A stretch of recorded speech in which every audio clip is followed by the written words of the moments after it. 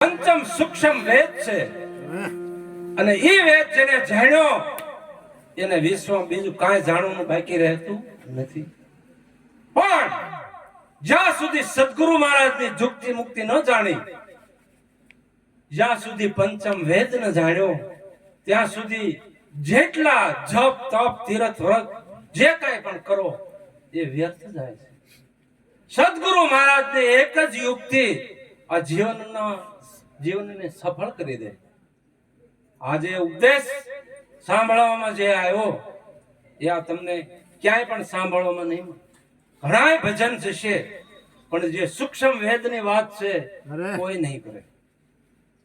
ને સદગુરુ મહારાજ ઉપદેશની અંદર જે જ્ઞાન જણાવે છે એને એ જ વાત આ જ્ઞાનની અંદર વણી અને આ વિશ્વની અંદર જાહેર કરી દે છે. અને આ જે જુક્તિ છે એ જેને જેને જાણી છે એના જીવન ધન્ય બની ગયા છે. અને હાલ સદગુરુ મહારાજ ધર્મદાસ મહારાજ જુક્તિ મુક્તિથી અનેક જીવોને આ ભવસાગરની પાર ઉતારે છે. જેને જીવનની અંદર પાર ઉતરવું હોય, સદગુરુના ચરણની અંદર સેવા કરી લેવી હોય અને જીવન સફળ બનવું હોય, એ આવી જવાની જરૂર છે. જેને જેને આનો લાભ લીધો છે એના જીવન સફળ છે, જેમાં કોઈ શંકાને સ્થાન નથી.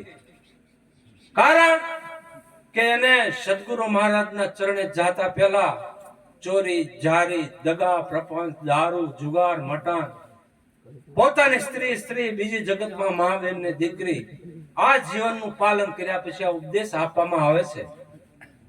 અને એ ઉપદેશ આપ્યા પછી એના જીવનની અંદર હોય 100% ફેર પડે, એમાં કોઈ શંકાને સ્થાન નથી. તો આવું સદગુરુ મહારાજનું અમૂલ્ય જ્ઞાન છે. અને જે પંચમ વેદ છે, સૂક્ષ્મ વેદ, જે ગુરુજીના મુખનો વેદ છે, ક્યાંય લખવામાં ન આવે. શિવ અને પાર્વતીજીનો જે સંવાદ છે, જે અમર કથા કહેવાય, એની એ કથા સદગુરુ મહારાજ સંભળાવે છે. જે સુખદેવજી એ સાંભળીથી પોપટનું બચ્ચું બને, અને સુખદેવજીએ જે પરીક્ષિત રાજાને જે જ્ઞાનની વાત જણાવી એ ભાગવત કથા લખેલી છે. પણ એનો જે મર્મ છે એ સદગુરુજીના મુખનો છે.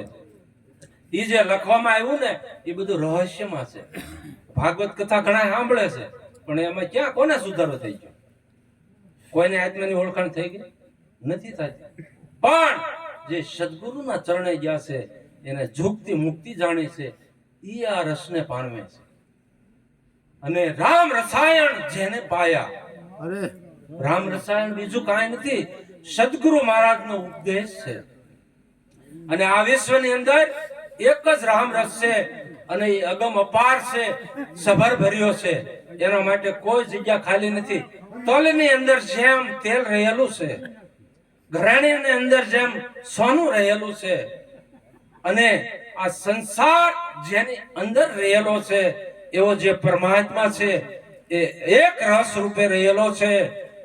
પૃથ્વીથી આકાશ પર્યંત અને 14 લોકની અંદર જે વ્યાપી રહેલો છે એને જાણી લીજો તો જીવન ધન્ય બની જશે. બાકી બધે ફાંફા મારવાની વાત છે. બોલો સદગુરુ મહારાજની જય.